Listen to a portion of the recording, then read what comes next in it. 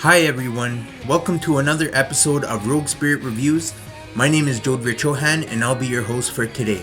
JRPGs, what a mighty fun time they are, aren't they?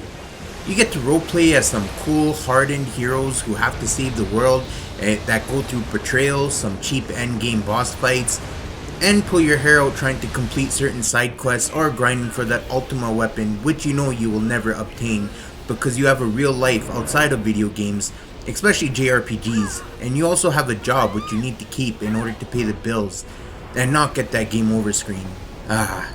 Good times for sure. Speaking of good times, for today's video I thought it would be a good idea to look at some of these JRPG masterpieces and see which ones are worth playing on the Nintendo Switch.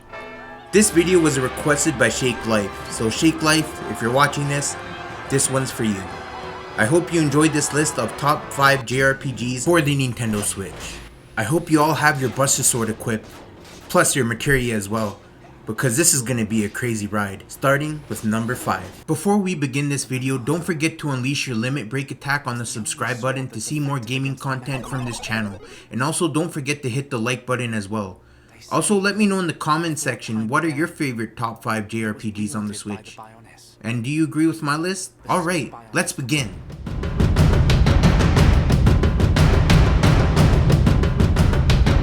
Tales of Vesperia is an amazing JRPG adventure which I thoroughly enjoyed on the Nintendo Switch.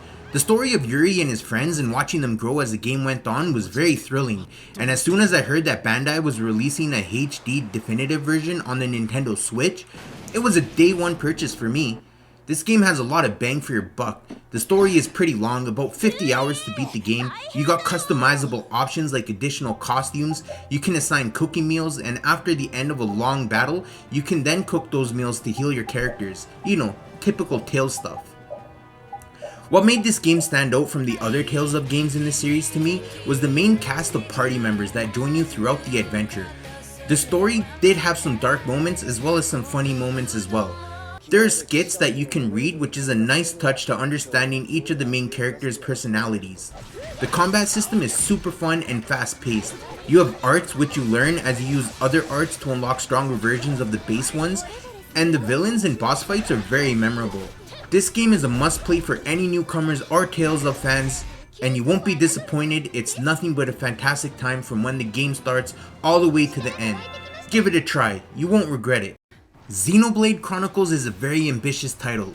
When it first came out back on the Nintendo Wii in 2012, back then I didn't even know if we were going to see this game as it wasn't released in the West at that time. But thanks to fan demand, Nintendo and Monolith Soft finally did it. The game has an amazing sci-fi story mixed with fantasy and amazing protagonists and antagonists, and an amazing soundtrack, and traveling all over the Bionis and Mechonis, the names of the two giant colossal beasts who fought each other to the death a long time ago, was a blast and a thrill. Seriously, the huge world map was huge, and I mean huge. Controlling Shulk and his friends in battle felt amazing, and the battle system still feels fresh today, and different than your typical turn-based RPG battles. You can run around and you have to pay attention to what special attacks your enemies are weak against and perform awesome link attacks with other party members. And after battle, your HP will slowly restore, which made getting into tough battles very enjoyable. This is a must-play JRPG for any fans of this genre. It cultivated a sequel and is a smash hit. The story was very personal, and the action scenes and the cutscenes made me feel like I was watching a surreal anime. Seriously, go play this game. Like now. It's that good. Really.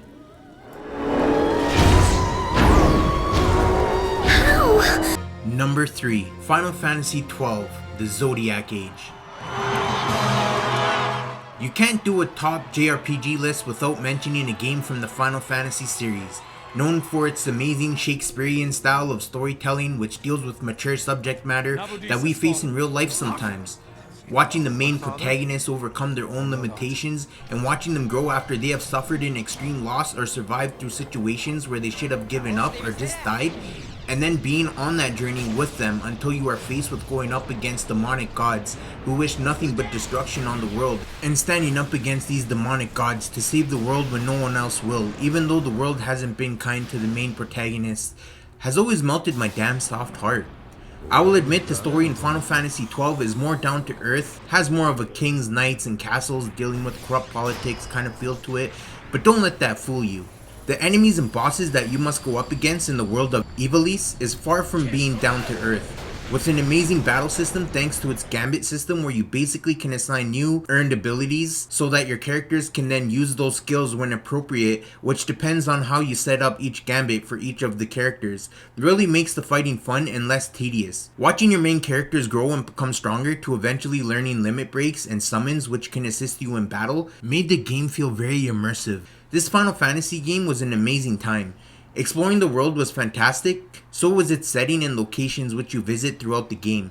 You can even participate in hunts which give you unique bonuses like weapons or items among other rare things. The hunt mode is where I spent most of my hours. Another thing that makes a return from Final Fantasy III is the job system, where you can assign a certain job to each character like a black mage combined with a bushi. Or for another character, you can choose a knight job and then picking the second job as a white mage, making them into a healing tank type character. That always blew my mind. And in the Zodiac re-release version of the game, this was an amazing addition. I don't want to spoil anything, just go into this game fresh. Just go play it, trust me. It's a wicked fun JRPG to play, and I always come back to this one just to mess around with the job class system, to see what awesome combinations I can come up with next.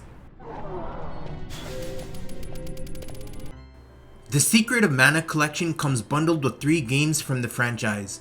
The first game is called Final Fantasy Adventure for the original Game Boy. Honestly, I've never played this one before, but I might just have to take a look at it at some point. The fighting feels okay and not too bad, and it is in black and white because this was a Game Boy game, but it looks interesting and I know a couple of my friends love this game and have told me to give it a try. The second game is a no-brainer for any school JRPG fan, Secret of Mana. I finally beat this game around 5 years ago and originally thought the game was too hard, but now that I understand the mechanics and the ring system, I can't put it down. I'm addicted to its action style battle system, and the game is multiplayer as well, so you can play through the game with your friends or family members, and it is a mighty fun time. Yeah, I'll admit the story isn't that strong, but there are some memorable moments. However, the soundtrack to Secret of Mana is still to this day a banger. That's what resonates with me the most about this game. I still jam to the soundtrack when doing household chores or even when I'm out going for a cruise in the car.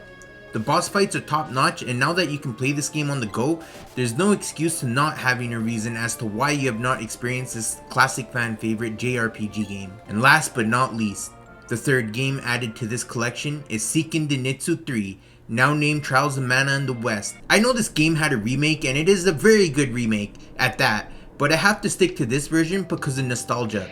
And with the Secret of Mana collection, you are technically getting a collection of JRPG games bundled into one cohesive package, which is a bonus. The version of this game has had a totally proper redone translation thanks to Square Enix and Nintendo, which is a huge bonus on top of its already amazing action RPG style battle system. You can summon magic, use summons to wreck foes, and unlock classes for each character, making them stronger and giving them amazing abilities which will help against the mana beasts when you have to face each one of them eventually during the game. This game is remembered for having an awesome story, and you get to choose which character stories you want to experience first, and even mix and match, which will require 2 playthroughs max if you want to experience the whole story for yourself. The soundtrack is even better in this game than in Secret of Mana, which, believe me, isn't an easy feat to accomplish, but somehow Square, known at that time before they were rebranded as Square Enix, actually did it.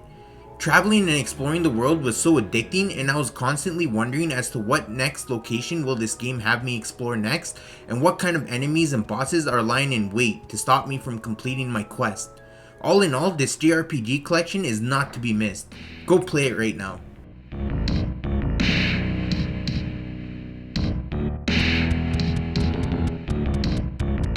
I know that if you are a JRPG fan, you have already played this game, maybe multiple times even, but I also know that there are JRPG fans out there who have played the original game on PlayStation 2 but have missed out on the HD remaster, which includes the international version of this game which Japan got. Now it is on its Switch as well and comes packed with tons of additional content like extra hard endgame bosses and an expert mode for the sphere grid itself, which requires you to think more before you level up a character and ultimately decide what is the best move. The story of this game is very strong. It touches on the topics of corruption within religion, false idols who were once believed to be mentors, and villains with their own agendas. This is classic Final Fantasy at its best, and I highly recommend this game to everyone. It is one of my favorite games of all time, and I always think about this game and its story till this day. This game traumatized me, and now I can't forget about it. The battle system was mind-blowing back in its time. You could switch out party members with no penalty or loss of turn in order to deal with enemies that may be weak to a certain character's skill, ability, or magic. The main characters are full of life and personality. The music hits you in the core. Seymour's theme really does make you feel like, oh yeah, this guy is a villain for sure. The boss fights were memorable and challenging. The summons that you obtained throughout the adventure were next level and played more of a role during boss battles and boss fights. It doesn't get better than this, and now that this game is on the Nintendo Switch, you can now take it with you anywhere you go. This is honestly a no-brainer. Go play it.